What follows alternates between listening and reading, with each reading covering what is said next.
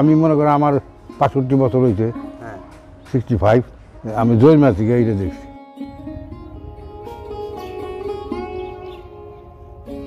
ওই চারি মোড়া যে কান্দিরা ছিল, আমার দাদা রজনীকান্ত করে বান্ধা দিয়েছিল।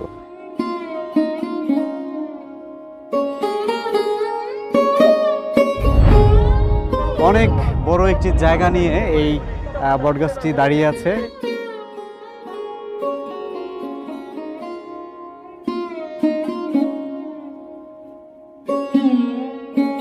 বন্ধুরা, কথা বলছি বিরুলিয়া গ্রামে অবস্থিত শতবর্ষী বটগাছের নিচে দাঁড়িয়ে। এই বটগাছটি প্রায় 100 থেকে 150 বছরের পুরনো। এই বটগাছের পাশেই রয়েছে মা যশাই মন্দির নামে একটি অতি পুরনো মন্দির। এই বটগাছকে কেন্দ্র করে প্রতি বছরই বৈশাখী মেলা বসে। আজকে এই ঐতিহ্যবাহী বটগাছটি আমি ঘুরে দেখব এবং আপনাদেরকেও দেখাবো।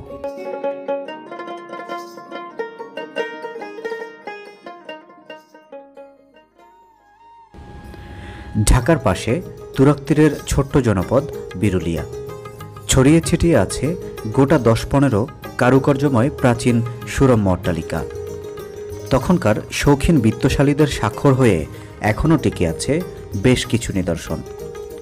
গ্রামটির একেবারে শেষ প্রান্তে এখনও বসে ঐতিহ্যবাহী বিরুলিয়া হাট। হাটের ঠিক পশ্চিম দিকে তাকালেই চোখে পড়ে ছোট্ট একটি দ্বীপের মতো জায়গা, আর সেখানেই কালের সাক্ষী হয়ে এখনও দাঁড়িয়ে আছে বিরুলিয়ার শতবর্ষ প্রাচীন একটি বটবৃক্ষ। আজ আমাদের গন্তব্য সেখানেই।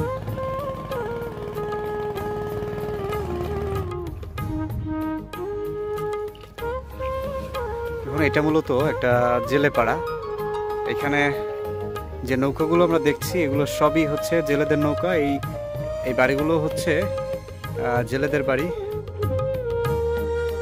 নৌকা যোগে এই জনপদটি দেখতে দেখতে চলে এলাম নান্দনিক এই বটগাছের কাছাকাছি। সাদা চুনকাম করা ফুট 5 প্রাচীর দিয়ে ঘেরা এই বটগাছটি দেখে মনটা শান্ত হয়ে গেল।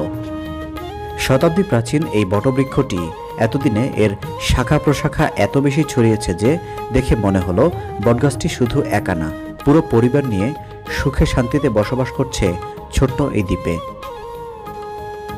বাংলা বছরের প্রথম দিনে পহেলা বৈশাখে নাকি সুবিশাল মেলা বসে এই বটতলায়।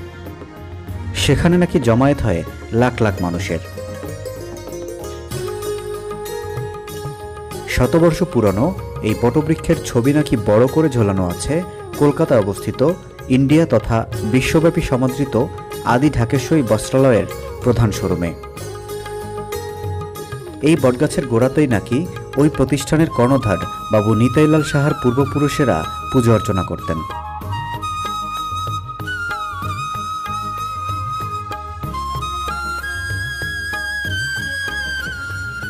ব্রিটিশ আমলে বাহাদুর শাহ পার্কের একপাশে ঢাকেশ্বরী বস্ত্রালয় নামের একটি কাপড়ের দোকান ছিল।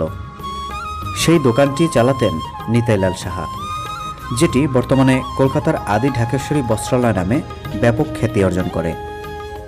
দেশভাগের পরপর অব্যাহত দাঙ্গায় সব ফেলে দেশ ছেড়ে পাড়ি জমান কলকাতায়।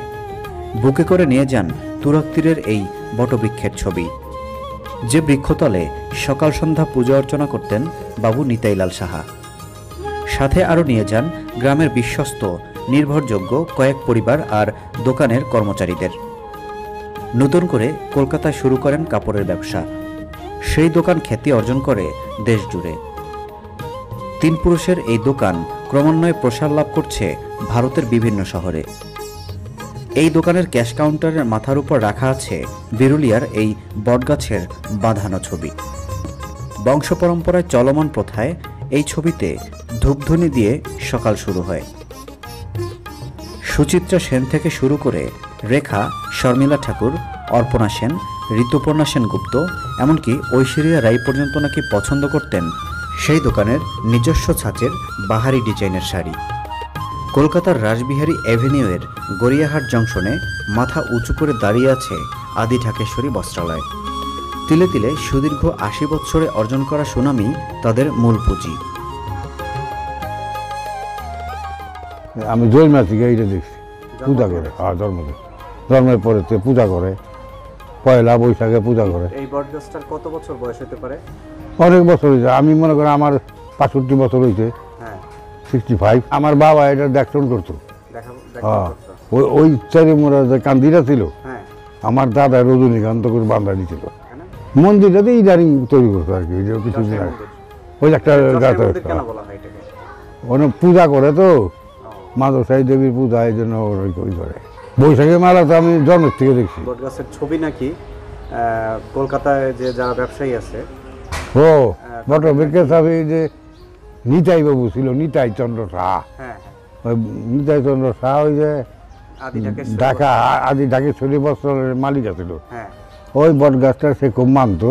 আচ্ছা, ওই বটের ছবিটি ইয়েও আছে।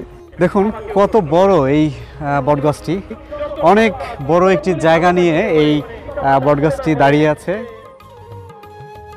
তাদের কাছে আরাধ্য দেবতাস্বরূপ পবিত্র জন্মভূমির স্মৃতিচিহ্ন বিরুলিয়ার এই বটবৃক্ষ হচ্ছে গভীর আস্থা ও আত্মবিশ্বাসের প্রতীক।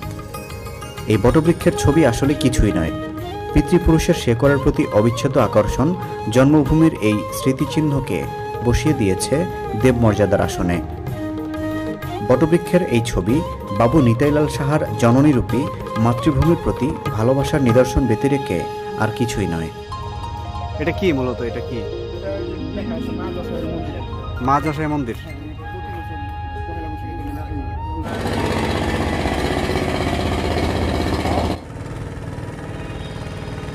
বটগাছটি ঘুরে দেখার পর আমরা এখন চলে যাচ্ছি। আসলেই আমি মুগ্ধ হয়েছি, এত বড় বটগাছ আমি আমার জীবনেও দেখিনি। এই 100 থেকে 150 বছরে এটা শাখা প্রশাখা এত ছাড়িয়েছে, যেটা আসলে বলে বোঝানো সম্ভব নয়। আমরা চলে এসেছি সেই হিজল গাছের কাছে। দেখুন কত সুন্দর হিজল গাছ, টোটাল এখানে 2টা, আচ্ছা টোটাল 3টা হিজল গাছ আমরা দেখছি। খুব শান্তিতে ঘুমাচ্ছেন একজন জেলে এই হিজল গাছের নিচে। এর থেকে একটু সামনে এগিয়ে যেতেই দেখা মিলল আরও একটি বটগাছের।